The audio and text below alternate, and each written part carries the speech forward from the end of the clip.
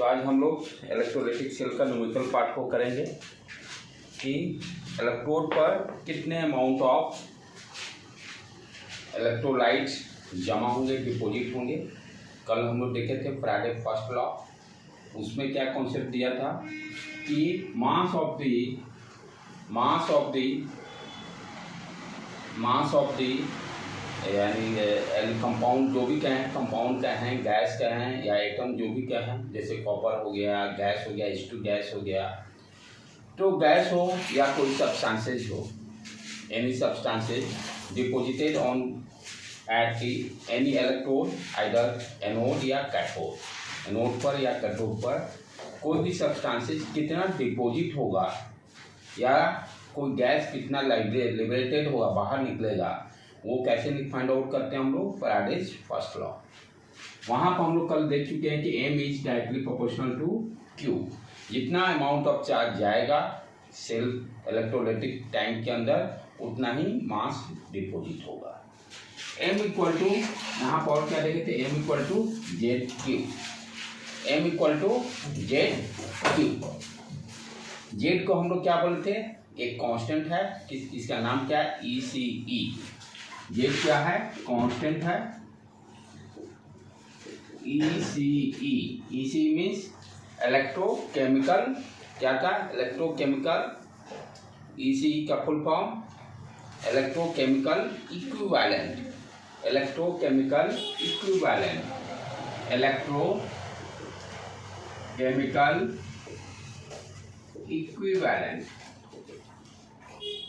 और इसको कैसे फाइंड आउट करते थे, Z equal to E upon F, where E क्या था, ग्राम इक्विवेलेंट या इक्विवेलेंट वेट।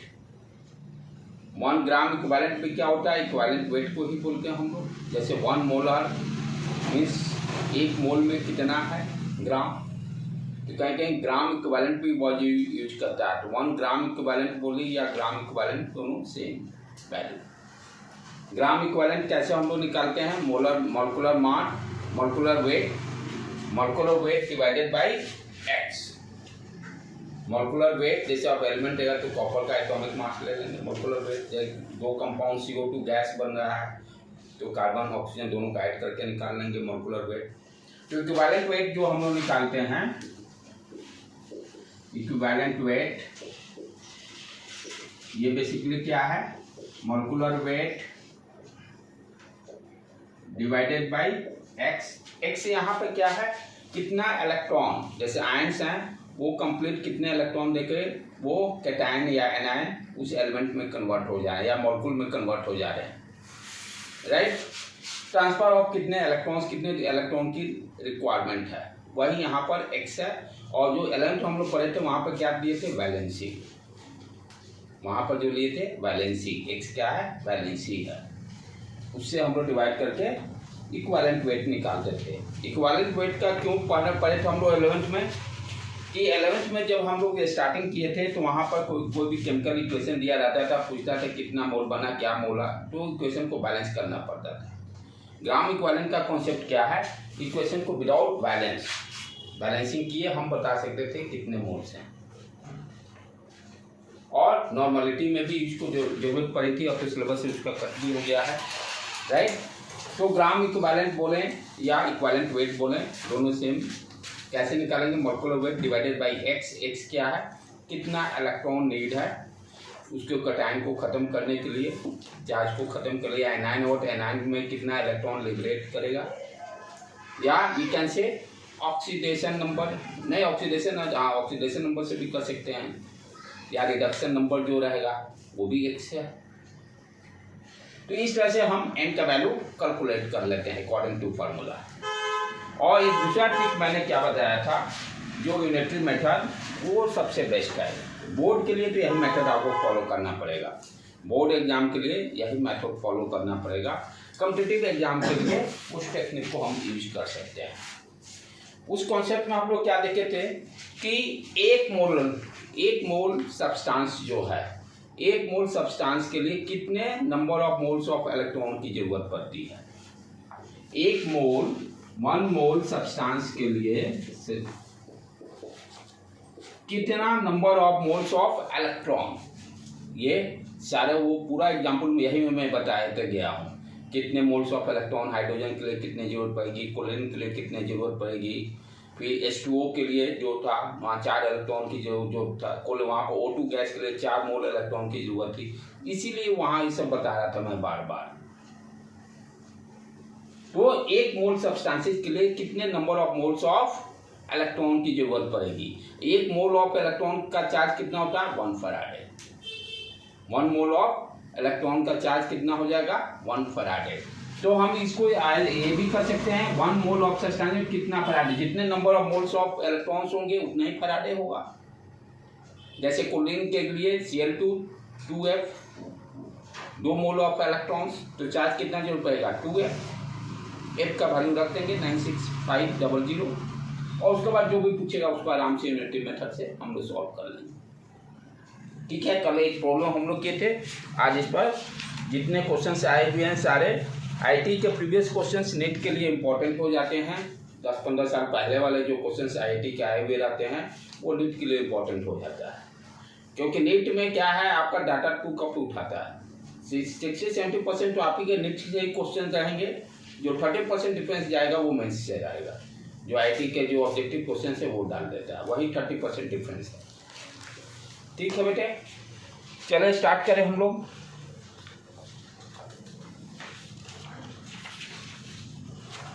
ये भी आईटी आ जाएगा, इसके क्वेश्चन बहुत आसान रहते हैं। आईटी के भी आप क्वेश्चन देखिए, पहले कभी सॉल्व किए, उसको ऑब्जेक्टिव पार्ट्स में हम लोग करेंगे, वो कितने आपके आसान रहेंगे इजीली। यानी इसका खाली कॉन्सेप्ट को अंडरस्टैंड करना है। न्यूमेरिकल्स इसके आसान होते हैं जिसको कॉन्सेप्ट क्लियर है, अदरवाइज माथा पिटते रहेगा, नहीं बनेगा।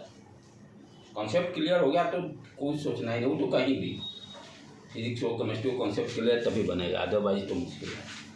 तो ये फैराडे फर्स्ट लॉ है। ये बोर्ड में जो क्वेश्चन होगा बोर्ड के अकॉर्डिंग कर लेंगे, और जो कम्पिटिटिव वाला होगा उसको यूनिटी मेथड से कर लेंगे। सेकेंड प्रॉब्लम, कल एक प्रॉब्लम कर चुके थे हम लोग।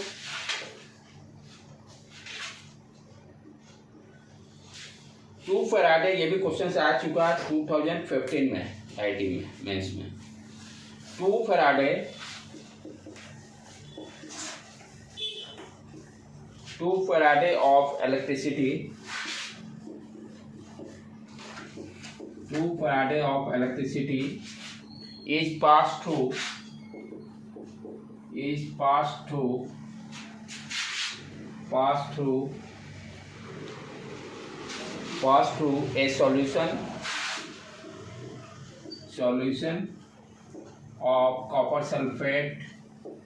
solution of copper sulfate.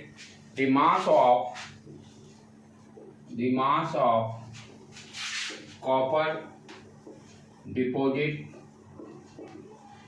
of copper deposit at cathode,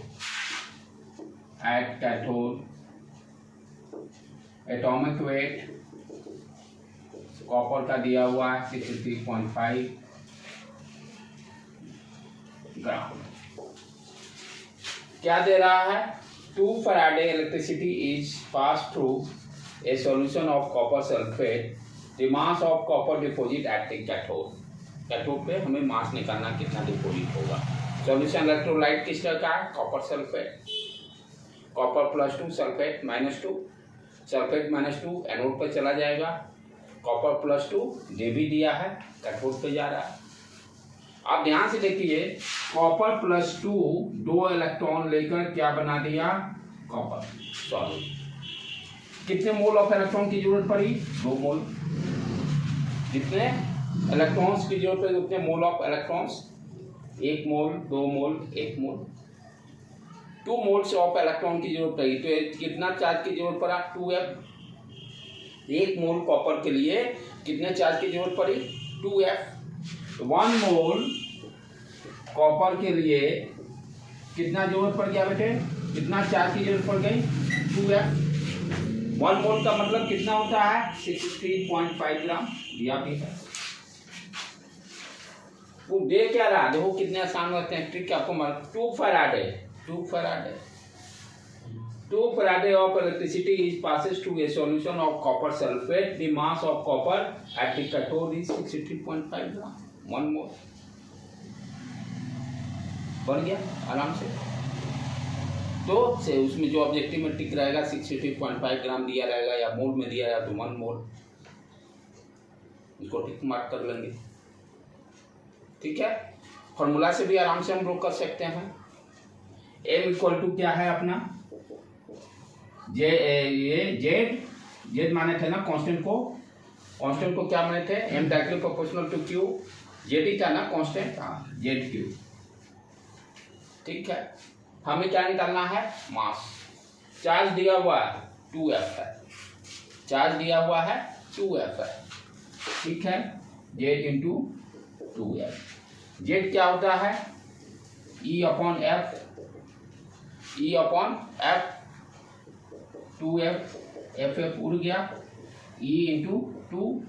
gram equivalent copper का कितना हो जाएगा, एटॉमिक मास मोलिकुलर वेट क्या है, molecular weight divided by 2 balance 2 electron की जरूरत पड़ रही है ना, तो ये क्या हो गया 63.5 डिवाइडेड बाय 2 उड़ गया, देखो यहाँ से भी आ गया 62.5। बोर्ड में पूछता रजिस्टर से कर दें। क्लियर, नेक्स्ट क्वेश्चन देखिए अब।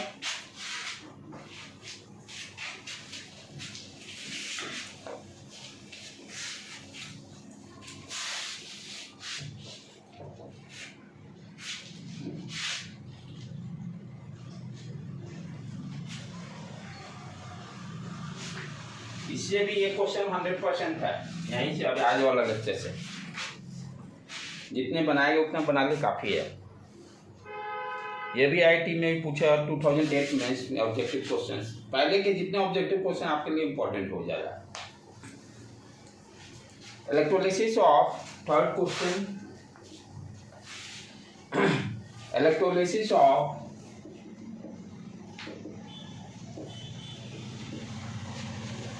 dilute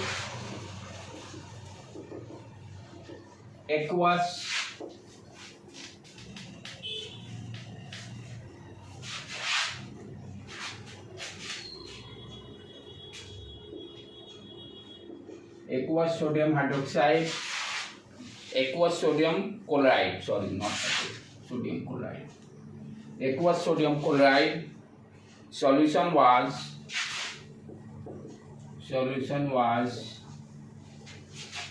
carried out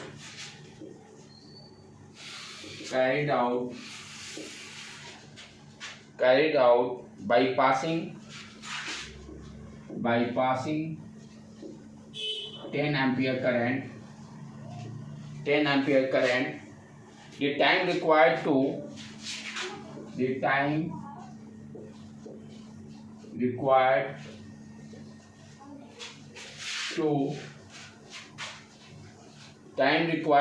liberate 0.01 mole of hydrogen gas at one of the electrodes.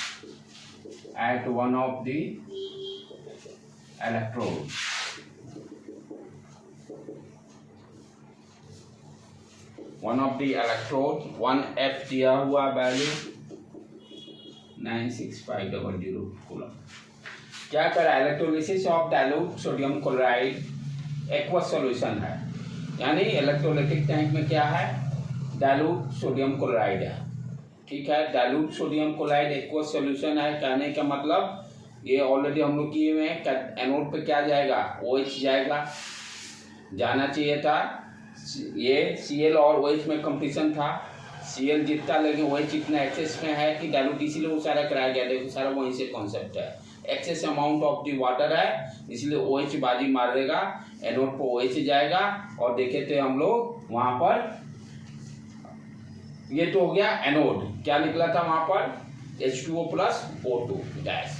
लेकिन यहाँ पर ये हाइड्रोजन की बात कर रहा है, कैथोड पर सोडियम और हाइड्रोजन, तो हाइड्रोजन का ज्यादा था रिडक्शन पोटेंशियल, तो कैथोड पर हाइड्रोजन गैस बनता था, ये क्लियर मेंशन कर दिया। वन ऑफ द इलेक्ट्रोड का कैथोड पे ज्यादा है। अच्छा, ये सब तो हो गया, हम लोग जान रहे इसलिए इतना इसको समझ पा रहे हैं। तो क्या दिया, electrolysis of dilute aqueous sodium chloride solution was carried out by, यानी करंट का वैल्यू दिया हुआ 10 ampere. The time required to liberate, time निकालना है, और number of moles of hydrogen gas जो लिबरेट हो रहा है कैथोड पर वो कितना दे रहा है, number of moles that we will be 0.01 mole. हमें टाइम निकालना है। बेसिक चीज हम क्या देखते हैं, 1 मोल इलेक्ट्रॉन, 1 मोल हाइड्रोजन गैस के लिए कितने चार्ज की जरूरत पड़ेगी, 2f। क्या था, H प्लस 1 इलेक्ट्रॉन लेकर H दिया, H2 चाहिए तो 2 इलेक्ट्रॉन 2H। 1 मोल हाइड्रोजन गैस, 1 मोल हाइड्रोजन गैस के लिए कितने चार्ज की जरूरत पड़ेगी, 2 mole of electron. 2 mole of electron का मतलब 2f। तो हम क्या, हमें यानी 1 mole of electron, 1 mole of hydrogen liberate होगा, कितना चार्ज की जरूरत पड़ेगी, 2f। ठीक है, कितना में है, कितना यहाँ जमा हो रहा, 0.01। 0.01 के लिए कितने चार्ज की जरूरत पड़ेगी, तो 0.01 के लिए मल्टीप्लाई 2f में मल्टीप्लाई कर दो 0.01 एंड 0.02f। 0.02f ये क्या हो गया, चार्ज निकल गया, और Q = IT कर दो। Q = IT, टाइम निकलना है, करंट दिया हुआ है, Q भी निकल गया, 0.02 × F 96500, I दिया हुआ 10, टाइम निकल गया। टाइम कितना आ गया, T = 0.02 96500 डिवाइडेड बाई 10। ये 100 इधर भी कर दिए, 2 0 से इसको उड़ा दिए, 2 5 ये हो गया, डिवाइड कर दो 5 से, 1 बढ़ गया 15, नहीं 46 9 1 3 सेकेंड निकल गया। कितना आसान है। अब देखो यहाँ है कि मोल में जब क्वेश्चन दिया रहेगा, अब उस प्रॉब्लम फार्मूला से चलेंगे। फार्मूला से चलने में देखो प्रॉब्लम कितना वो टीडीएस हो जा रहा है। टीडीएस क्या होगा, टाइम टेकिंग लगेगा। फार्मूला से जब चलते हैं हम लोग तो m = ZQ। ठीक है, अब क्या है, पहले तो 0.01 मोल को कन्वर्ट कीजिए ग्राम में। हाइड्रोजन गैस जो निकल रहा है ये दिया हुआ ना, तो उसको क्या करेंगे, पहले मोल में दिया हुआ, मोल कैसे निकालेंगे, given mass upon molecular weight. वहां से क्या करेंगे, गिवन मास निकालेंगे 0.01 करके, m का वैल्यू निकलेगा पहले मोल से। उसके बाद ठीक है, जेड भी निकालना पड़ेगा। जेड के लिए हम लोग क्या करेंगे भाई, E/F इक्विवेलेंट वेट निकालेंगे। हाइड्रोजन का मोलिकुलर वेट 2 डिवाइडेड बाई 2 1 हो जाएगा। अच्छा, फिर यहाँ से Q निकाल लेंगे। Q निकाल के फिर तो हम डायरेक्टली Q एक ही बार में निकाल लिए। तो जहाँ डायरेक्ट ग्राम ये सब दिया रहेगा तब तो उस फॉर्मूला से आप कर लीजिए बोर्ड एग्जाम। मोल दिया रहेगा तो फटाक से नहीं जाओ, क्या कि डबल मेहनत पड़ जाएगा। सर वहाँ पे 100 पे सर कौन सा ये, अरे ये 0.02 को हटाए डिसमल, 0.02 को डिसमल को हटाए। ठीक है ना, क्लियर है। देखो कितने आसान कॉन्सेप्ट क्लियर है, तो फटाफट क्वेश्चन बनते जाते हैं, टाइम भी नहीं। ये देखो है लंबा क्वेश्चन, लेकिन 2-3 स्टेप में है। वो 2-3 स्टेप सारे ऑब्जेक्टिव में कन्वर्ट होते जाएंगे। 12 मार्क्स का था ये भी क्वेश्चन, लेकिन है कि वो 3 स्टेप से उसको स्टेप बाय करेंगे तो आपको एक ऑब्जेक्टिव बन जाएगा। 12 नंबर का था ये, 2000 हमको लगता है 5 से पहले, लेकिन वो सारे ऑब्जेक्टिव टाइप से वो सारे कन्वर्ट हो जाएंगे। उसका एक पार्ट ऑब्जेक्टिव बन जाएगा, राइट। उसको भी कर लेते हैं हम लोग।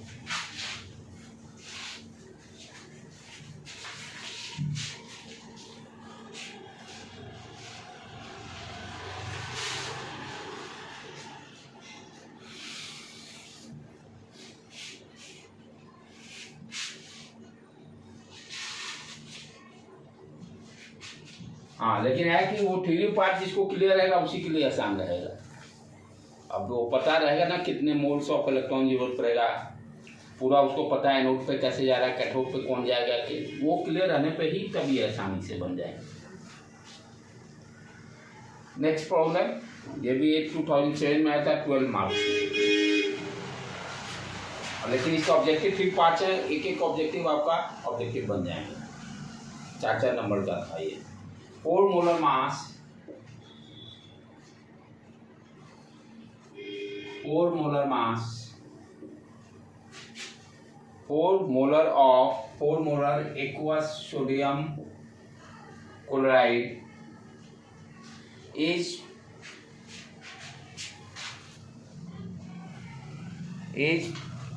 prepared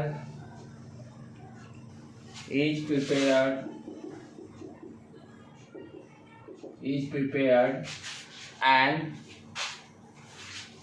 I think we see that data is 5 milliliter of this solution is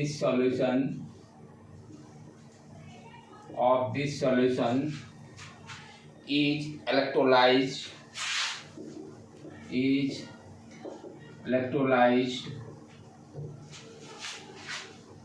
this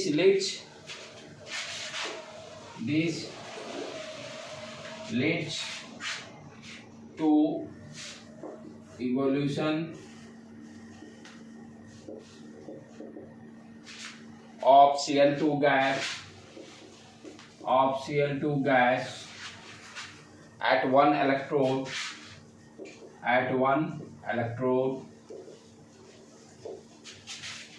atomic mass of sodium given 23 gram, mercury दिया हुआ, देखेंगे आगे प्रॉब्लम की भी जरूरत पड़ेगी। मरकरी 200 ग्राम और 1F बराबर 96500 कूलम।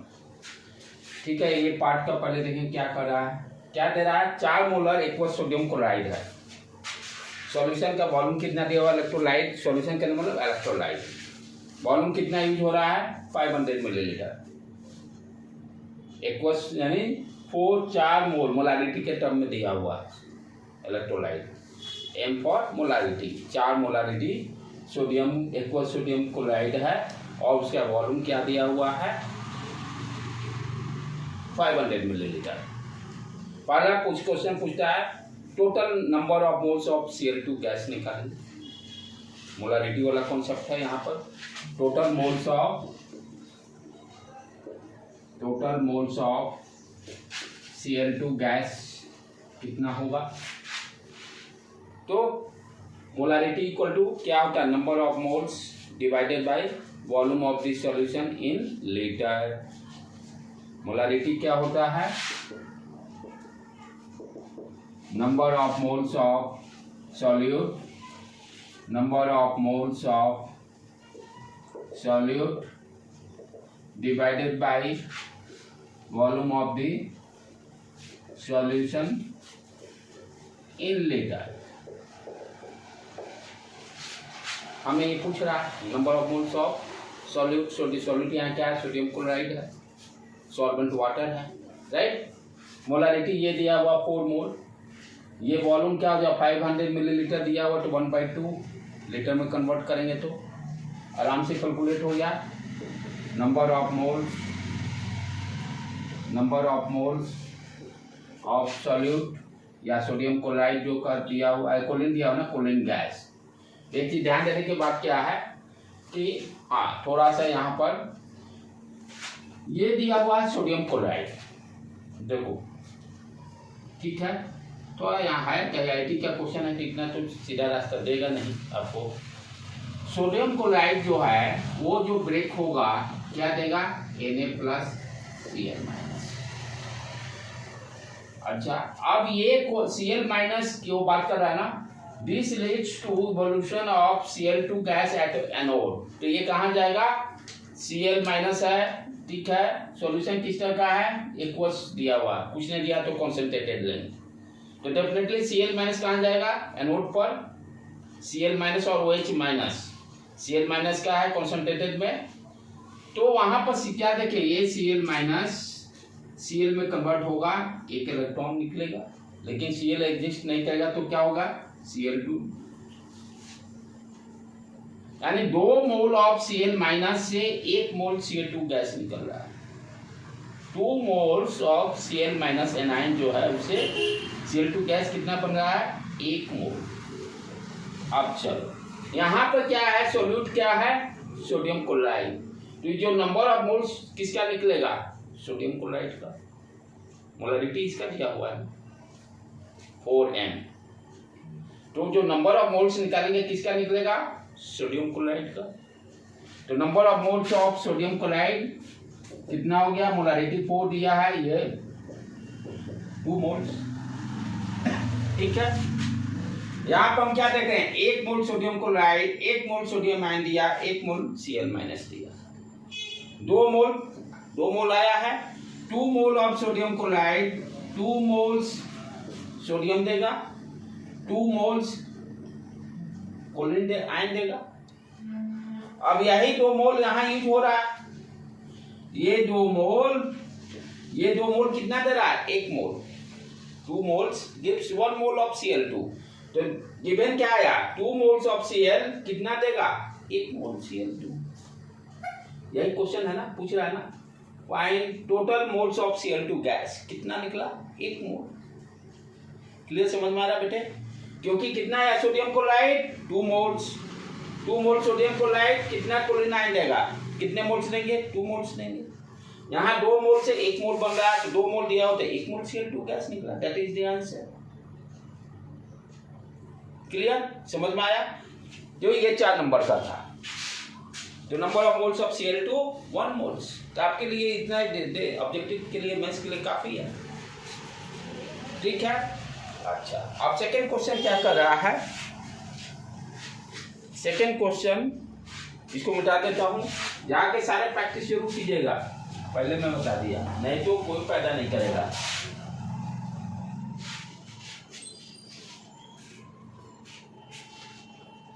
सेकंड इसमें फिर पूछ रहा है if the cathode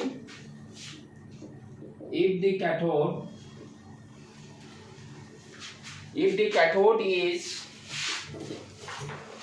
of mercury, ये भी हम लोग एग्जाम्पल कर चुके हैं, इसीलिए सब पहले मैं बता चुका हूँ कि वो सारे जो बताया वो सारा इंग्लिश में आएगा। if the cathode is of mercury electrode,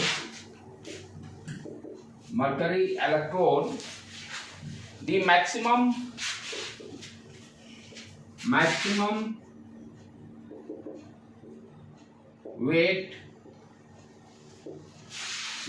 weight in gram of amalgam, बताया था ना, कैथोड यदि हम मरकरी इलेक्ट्रोड लेते हैं तो सोडियम जो आयन वहाँ पर क्या था सोडियम प्लस और H प्लस दोनों थे, तो सोडियम क्या है वो हाईली सोल्यूबल है मरकरी में, तो H आयन वहाँ पर जाकर H2 नहीं बनाकर सोडियम अमलगम NaHG बना देगा, वही उसी पर ये क्वेश्चन दिया हुआ है। If the cathode is of mercury electrode, the maximum weight in gram of amalgam, maximum weight of amalgam formed from this solution,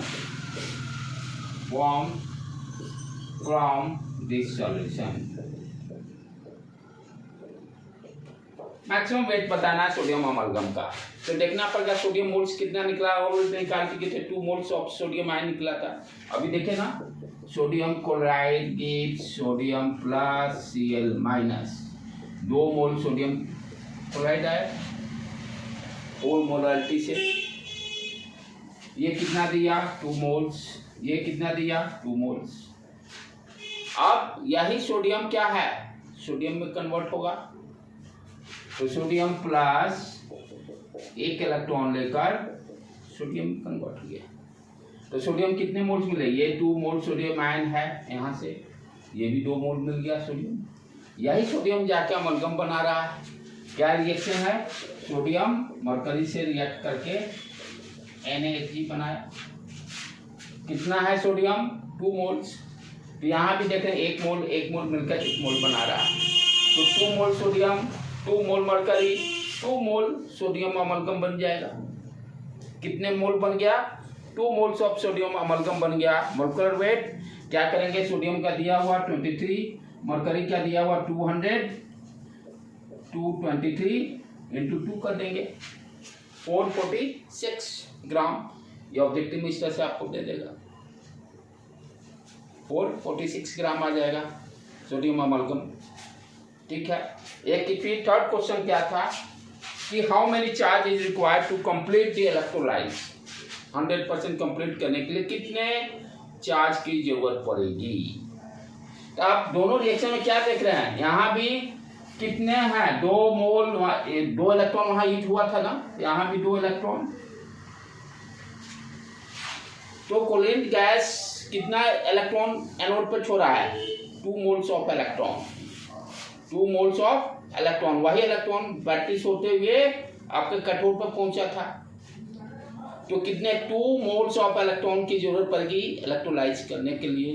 कितना हो गया, 2 मोल्स ऑफ इलेक्ट्रॉन का मतलब 2 फैराडे, 2 फैराडे 2 × 96500 इतने अमाउंट ऑफ चार्ज की रिक्वायरमेंट होगी। ये question 12 marks का था, लेकिन हर क्वेश्चन देखिए आपका ऑब्जेक्टिव आपके लिए इम्पोर्टेंट है। चाहे यही देख के आपको पूछा कितने मोल्स ऑफ कितने अमाउंट ऑफ चार्ज की जरूरत पड़ेगी कंप्लीट इलेक्ट्रोलाइज करने के लिए, 2 मोल्स ऑफ इलेक्ट्रॉन्स। ठीक है बेटे, इस तरह के क्वेश्चंस हैं।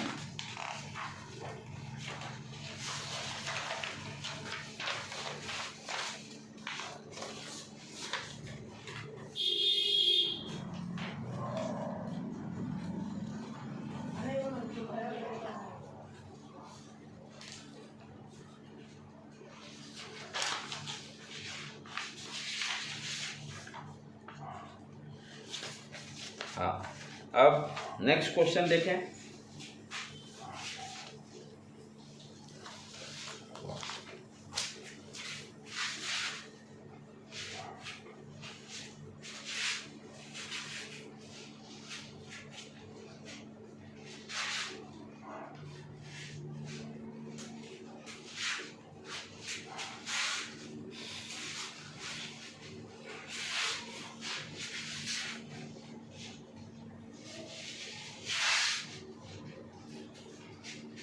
क्या दिया हुआ है, एक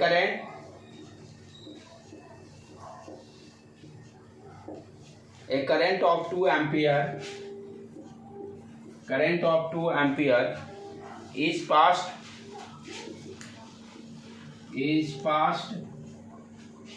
for 1 hour through a solution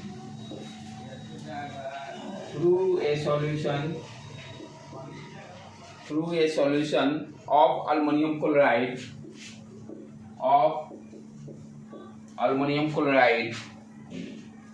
molten state में है। ये मोल्टन स्टेट करना मतलब इसको हीट करना पड़ेगा। ठीक है। A current of 2 ampere is passed for 1 hour through a solution of aluminum chloride has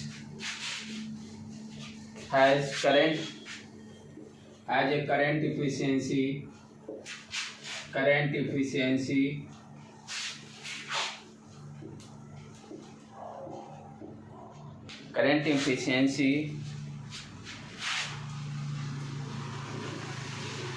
दिया हुआ 50%, current efficiency 50%. Find the amount of charge, find the amount of aluminum,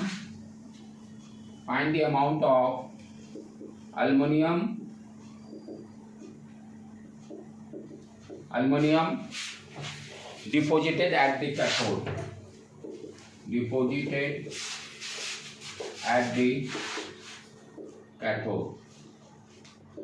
क्या दिया हुआ है, a current of 2 ampere is pass for 2 ampere current 1 घंटे के लिए पास हो रहा है थ्रू ए सॉल्यूशन। सॉल्यूशन किस तरह का है, एल्युमिनियम क्लोराइड।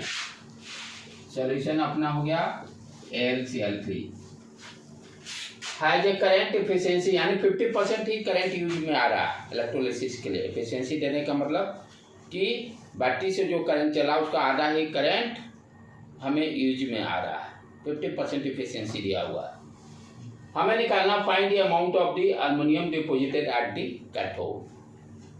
तो पहले तो देखो बैटरी से कितना करंट चार्ज निकल रहा है उसको निकालो। 2 एम्पियर और टाइम दिया हुआ 1 आवर। तो Q equal to IT, Q equal to IT, I 2 ampere दिया हुआ, टाइम 1 आवर्स यानी 60 × 60, इतना कूलम चार्ज हो गया। इसका हाफ ही इलेक्ट्रोलिसिस के लिए यूज हुआ क्योंकि 50% एफिशिएंसी दिया हुआ है। तो amount of charge use for electrolysis divided by 2 कर देंगे। Amount of charge used for electrolysis that will be equal to 2 × 60 × 60 divided by 2। कहाँ से 50% एफिशिएंसी दिया, हाफ हो गया, 2 उड़ गया, इतना कूलम 3600 कूलम। एल्युमिनियम का मास क्या होता है? एल्युमिनियम का मास 27 दिया हुआ है। एल्युमिनियम का मास दिया हुआ 27 ग्राम। अब सॉल्यूशन इलेक्ट्रोलाइट किस तरह का है, एल्युमिनियम क्लोराइड। देख लें कितने मोल्स ऑफ इलेक्ट्रॉन की जरूरत पड़ रही है। तो ये एल्युमिनियम क्लोराइड टूटेगा तो कैसे है, AlCl3 Al+3 और Cl-, 3Cl-, ठीक है। चलो तो एल्युमिनियम का देख लें, ये बैलेंस कर लेंगे हम लोग। हाँ ठीक है, एल्युमिनियम 3 इलेक्ट्रॉन लेकर एल्युमिनियम बनाएगा eight the cathode. 3 moles of electron की जरूरत है। यदि नहीं पढ़े रहते तो ये पता ही नहीं चलता। अब आसान है, 3 मोल्स ऑफ इलेक्ट्रॉन की जरूरत पड़ रही है, यानी 1 मोल एल्युमिनियम के लिए कितने चार्ज की जरूरत है, 3F। 1 मोल के लिए क्या कितना जरूरत है, 3F। हमें चार्ज मालूम है, नंबर ऑफ मोल्स निकल जाएगा। तो 3F चार्ज से कितना मोल रहा है, 1 मोल एल्युमिनियम मिल गया। 1 से 1 मोल एल्युमिनियम को कन्वर्टिंग कर देते हैं, ग्राम में बताना हुआ तो 27 कर देते हैं। 27 डिवाइडेड बाय 3F का वैल्यू रख दो 96500 और चार्ज 3600। इसको कैलकुलेट कर देंगे तो वैल्यू आएगा 0.33 ग्राम। ऑब्जेक्टिव दिया रहेगा ABCD, उसमें से टिक मार्क करना रहेगा। तो 0.33 एफिशिएंसी पे इस तरह से क्वेश्चंस दे सकता है। राइट बेटे।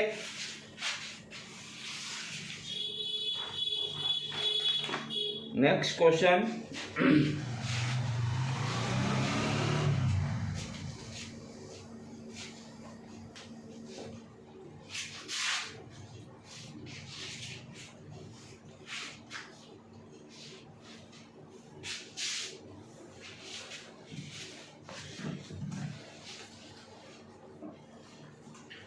नेक्स्ट क्या है, ये भी क्योंकि ऑब्जेक्टिव में क्वेश्चन पूछता है what is the meaning of 1F। 1F deposit होने का मतलब कितना, यानी 1F चार्ज यदि फ्लो हो रहा है तो कितना अमाउंट ऑफ मास डिपॉजिट होगा किसी भी इलेक्ट्रोड पर। यदि चार्ज में 1F यदि इलेक्ट्रोलाइटिक टैंक में जा रहा है तो इलेक्ट्रोड पर कितने अमाउंट ऑफ मास डिपॉजिट होंगे सब्सटेंसेस का। तो जैसे फिर क्या क्या दिया रहेगा, ए चार्ज ऑफ 1F डिपॉजिट यदि 1F चार्ज हम लोग भेजते हैं तो कितना डिपॉजिट होगा, ए भी दिया हुआ है 1 mole of substances, 1 mole of substances. B भी दिया हुआ है 1 ग्राम ऑफ सब्सटेंसेस, दिमाग लगाना, इसको चालू कर दीजिए। थर्ड बिट दिया हुआ है 1 gram equivalent, 1 gram equivalent. Fourth bit sir option 1 mAu of substances. चारों में से कौन सही होगा? ए charge of 1 F deposit 1 mole substance deposit करेगा कि 1 ग्राम ऑफ सब्सटेंस डिपोजिट करेगा कि 1 ग्राम इक्विवेलेंट डिपोजिट करेगा कि 1 mu सब्सटेंस डिपोजिट करेगा? सोचो, दिमाग लगाओ। 1 मोल जैसे 1 अल्युमिनियम, अभी तो देखे अल्युमिनियम प्लस 3 इलेक्ट्रॉन लेकर अल्युमिनियम बनाया तो 1 मोल ऑफ अल्युमिनियम 3F की जरूरत पड़ गई, 3F की जरूरत पड़ जाएगी। हाँ, ग्राम इक्विवेलेंट ही जाएगा। अब किसको कैसे जस्टिफाई करेंगे वो सोचिए। नहीं, वो करके वो लॉजिक देना पड़ेगा ना। लॉजिक क्या रहेगा? 1 मोल तो क्लियर होगा कि नहीं होगा, 1 ग्राम भी नहीं होगा। आ जाइए, एकदम बेसिक फार्मूला पे आ जाइए। बेसिक फार्मूला क्या है फैराडे का? M equal to Z Q, M equal to Z Q. ठीक है, Q कितना दे रहा है? 1F। Q कितना दे रहा है?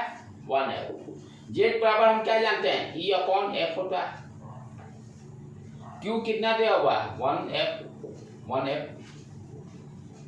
F उड़ गया, कितना आया? Gram equivalent. तो 1 ग्राम इक्विवेलेंट बोले या इक्विवेलेंट वेट बोले, दोनों सेम चीज है। M इक्वल टू E आ गया, M इक्वल टू E। तो थर्ड सी बिट, ठीक है बेटे। अब सेकेंड लॉ जो है उसका ज़्यादा यूज नहीं है, खाली समझ लेने का है। जो है फर्स्ट लॉ का एक सारा खेल निकल जाएंगे 99.99%। सेकेंड लॉ भी है उनका, उसको समझ लें बोर्ड एग्जाम के लिए। कहीं बीच में आ गया तो कॉम्पिटिटिव में, लेकिन मोस्टली आपका फर्स्ट लॉ से ही क्वेश्चंस रहेंगे, फर्स्ट लॉ से ही क्वेश्चन रहेगा। सेकेंड लॉ इनका क्या कर रहा है? यदि हम 2 डिफरेंट इलेक्ट्रोलाइट लेते हैं, मान लो एक कॉपर सल्फेट ले लिए, जिंक सल्फेट ले लिए, एंड 2 इलेक्ट्रोलाइटिक टैंक में, और सेम अमाउंट ऑफ चार्ज दोनों में भेज रहे हैं, सेम अमाउंट ऑफ चार्ज दोनों में भेज रहे हैं। तो उनके अकॉर्डिंग क्या था, वो क्या करते थे कि जो मास डिपॉजिट होगा सब्सटेंसेस का, जैसे जिंक सल्फेट ले तो जिंक डिपॉजिट होगा, कॉपर सल्फेट ले तो कॉपर डिपॉजिट होगा। तो सेकेंड लॉ क्या करता है कि जो मास डिपॉजिट होगा that will be directly proportional to equivalent weight. यानी 2, 3 कितना भी आप लीजिए डिफरेंट इलेक्ट्रोलाइट्स, यदि सारे में सेम अमाउंट ऑफ चार्ज आप भेज रहे हैं तो जो मास डिपॉजिट होगा वो किसके प्रोपोर्शनल होगा? Directly proportional to gram equivalent of that substances. जैसे कॉपर सल्फेट है तो कॉपर का gram equivalent directly proportional, zinc sulphate होगा तो जिंक के ग्राम इक्विवेलेंट के बराबर होगा, राइट। तो यही उनका कॉन्सेप्ट है। If the same amount of, if the same second law of Faraday,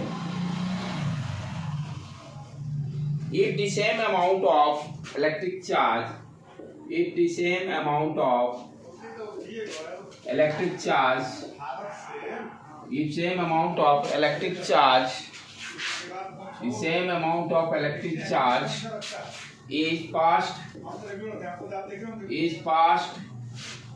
through different solution, through different solution,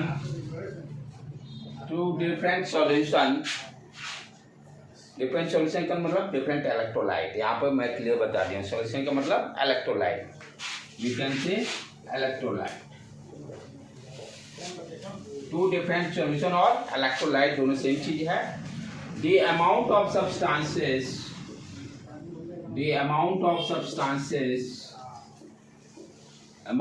substances deposited deposited or liberated, amount of substances deposited or liberated is directly proportional to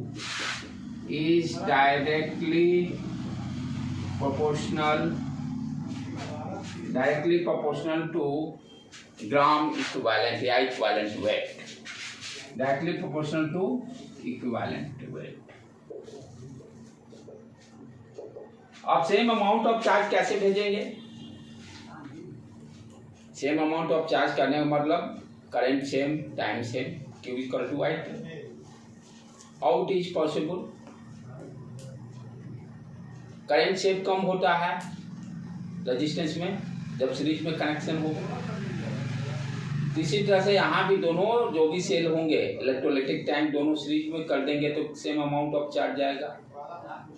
तो इलेक्ट्रोलिक ये भी objective बन जाता है कि same amount of charge भेजने के लिए इलेक्ट्रोलाइटिक सेल किस तरह से कनेक्ट करेंगे डिफरेंट इलेक्ट्रोलाइट का दोनों टाइम सीरीज में कनेक्ट करेंगे।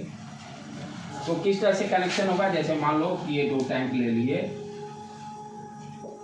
एक में मान लो जिंक सल्फेट ले लिए इलेक्ट्रोलाइट और दूसरा में कॉपर सल्फेट, इलेक्ट्रोड बना दिए, इलेक्ट्रोड बन गया।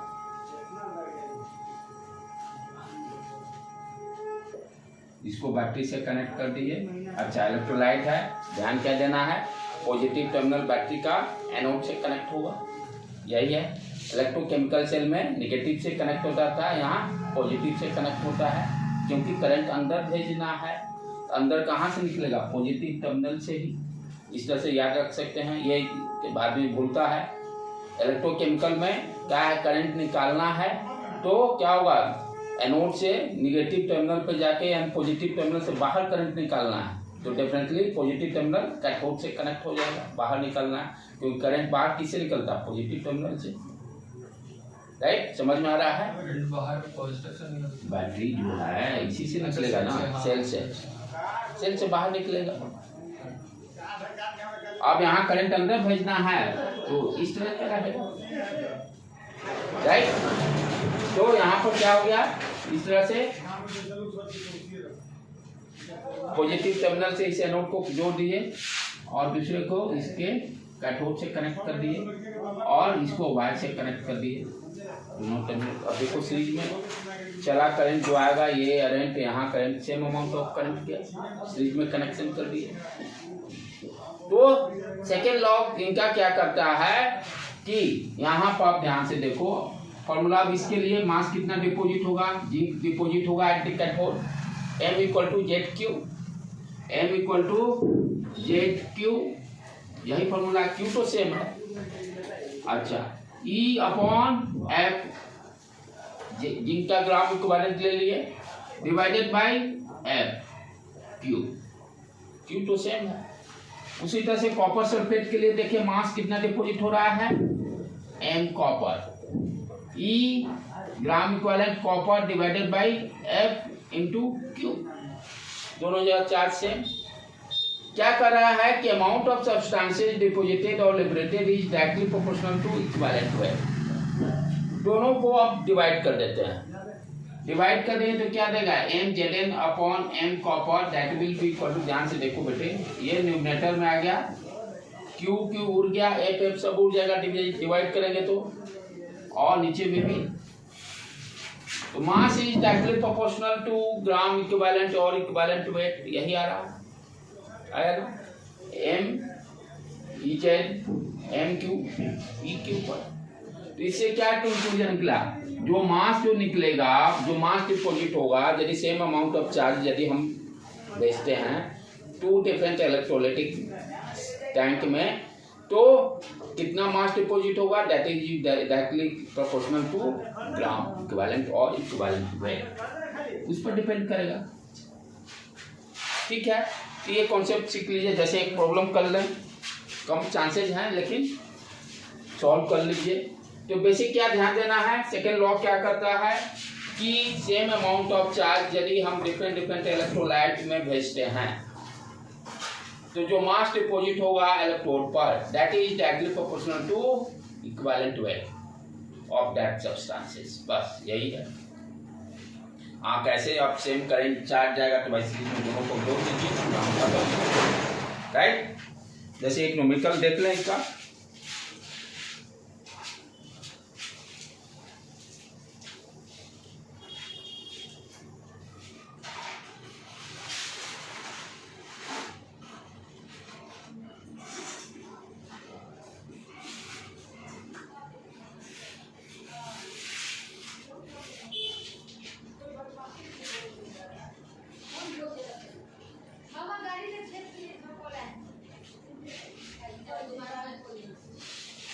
हाँ, same electric current, same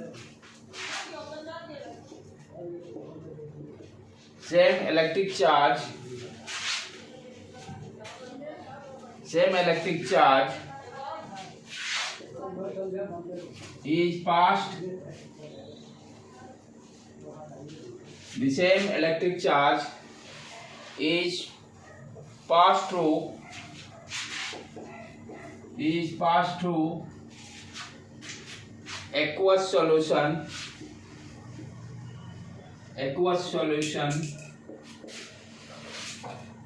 HCl and copper sulfate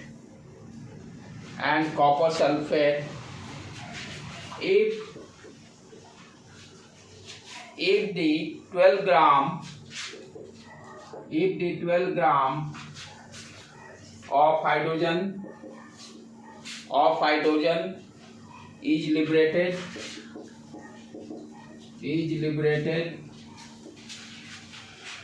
find the mass of copper deposit. Find the mass of copper deposit. कितना कॉपर डिपोजिट है? क्या दिया हुआ? 2 डिफरेंट इलेक्ट्रोलाइटिक टैंक, एक में HCl है, एक में कॉपर सल्फेट है। हमें 12 ग्राम ऑफ हाइड्रोजन दिया हुआ है, हमें कॉपर का निकालना है, ठीक।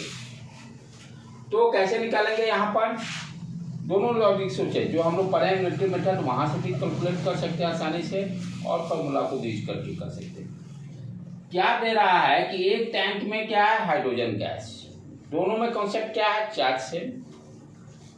हाइड्रोजन गैस वाला में मास दे रहा है, कितना डिपॉजिट हो रहा है, वहां से हम चार्ज निकाल सकते हैं। वही चार्ज वैल्यू दूसरे में यूज हो जाएगा, सेम वैल्यू। कितना दे रहा है कि 12 ग्राम हाइड्रोजन गैस डिपोजिट हो रहा है। 1 मोल के लिए कितना जरूरत पड़ेगा? 2F charge, 2 mole of electron. 1 mole hydrogen का मतलब कितना हो गया? 2 ग्राम, H2 है तो, यानी 1 मोल ऑफ H2 के लिए कितना चार्ज की रिक्वायरमेंट है? 2F। 1 मोल का मतलब 2 ग्राम ऑफ H2 के लिए चार्ज की रिक्वायरमेंट 2F। 1 ग्राम के लिए 2F/2, 12 ग्राम के लिए कट गया 12F, यानी 12F चार्ज की जरूरत पड़ेगी 12 ग्राम के लिए। और यही चार्ज कॉपर सल्फेट वाला में यूज हो जाएगा। कॉपर सल्फेट में क्या है? 1 मोल कॉपर सल्फेट के लिए, कॉपर के लिए कितना जोड़ पड़ेगा? 2F, Cu+2, 2 इलेक्ट्रॉन लेकर कॉपर में कन्वर्ट हो गया। तो 1 मोल कॉपर के लिए चार्ज की जरूरत 2F, ठीक है। कितना चार्ज है? इसको थोड़ा पलटे मारने। 2F चार्ज के लिए हमें मोल निकालना ना, 1 मोल कॉपर का मतलब 63 पॉइंट दिया रहेगा, 63 ग्राम कॉपर। 1 F के लिए 63/2F, कितना के लिए? 12F के लिए 12F से मल्टीप्लाई, ये FF हो गया, यानी 6 मोल्स में दिया तो 6 मोल्स या 6 × 63 कर देंगे, काम खत्म, निकल जाएगा। उससे भी कर सकते हैं हम लोग। क्या है? Mass of hydrogen divided by mass of copper equal to equivalent weight of hydrogen divided by equivalent weight of copper. ये मास दिया हुआ 12 ग्राम, इक्विवेलेंट वेट कितना हो जाएगा कॉपर का, EH2 molecular weight divided by balance 2 electron की जरूरत है, 1 ग्राम इक्विवेलेंट आ जाएगा। एक ध्यान देने का है, हाँ 1 ग्राम यूनिट क्या हो जाएगा 1 ग्राम, ऊपर में मोलिकुलर मास है डिवाइडेड बाय बैलेंस ही लिखते हैं, divided by balance sheet, unit क्या हो जाएगा इक्विवेलेंट वेट का ग्राम में ही रहेगा, इसलिए ग्राम इक्विवेलेंट भी उसको बोलते हैं हम लोग। उसी तरह से कॉपर के लिए 63 ग्राम डिवाइडेड बाय 2 इलेक्ट्रॉन, ये हो गया इसका, और वहां पर रख देते हैं वैल्यू, काम खत्म। ये 12 हो गया डिवाइडेड बाय MCU, ये तो 1 हो गया डिवाइडेड बाय 63 इंटू ऊपर 2 चला गया, तो M कॉपर कितना आ गया 63 इंटू 12 डिवाइडेड बाय 2, देखो 6 मोर यहाँ से बह गया, 6 इंटू 63, दोनों तरीका से हम लोग सॉल्व कर सकते। इतना न्यूमेरिकल बनाओ लोगे क्वेश्चन छूटने की कोई चांसेस नहीं। मेडिकल वाले तुम लोग के लिए तो बहुत है, इतना कर लेने पे तो कोई चांस नहीं, कितना भी टफ पूछे, दैट इज ना। ठीक है बेटे, तो आज का यहीं पर रहने देते हैं, कल का भी इसका लेक्चर बहुत ही इंपॉर्टेंट रहेगा, उसमें बच्चे बहुत बच्चा खाते हैं, बहुत कॉन्सेप्ट की है, कंडक्टेंस वाला, कल कंडक्टेंस वाला करेंगे। को हल करके भी कोई लॉ करना, हाँ वो कंडक्टेंस वाला में आएगा, वो सारा करेंगे, कल वो करेंगे हम लोग।